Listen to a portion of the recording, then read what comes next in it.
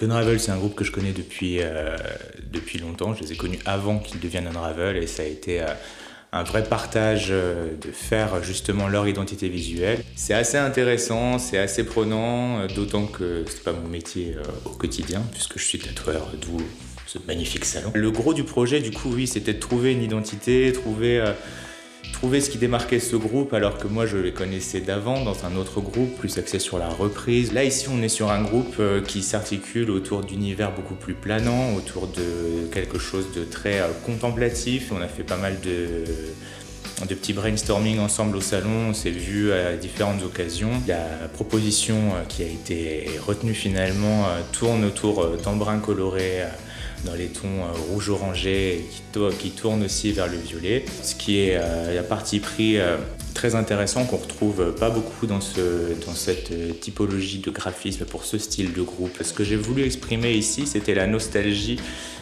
C'est ce que j'ai marqué sur le papier, j'aime beaucoup les phrases pompeuses.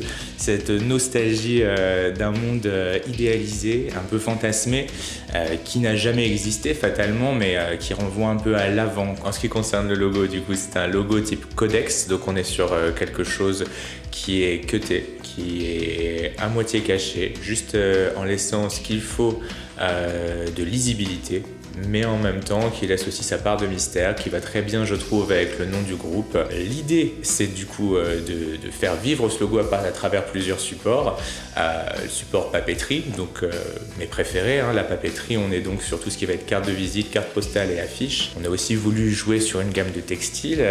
Sur les textiles, du coup, on est sur une gamme de t-shirts qui pourrait être mixte, homme, femme et en plusieurs tailles, faite avec des matières clean, on essaye au maximum, et avec une réadaptation de la pochette, de l'album virtuel et du vinyle, mais sur textile, avec une idée beaucoup moins rectiligne, quelque chose là aussi de caché qui sort finalement du t-shirt. On reste dans ce côté onirique, donc c'est-à-dire de proposer quelque chose pour la prochaine fois de différent, tout en gardant cette identité légère et évaporée.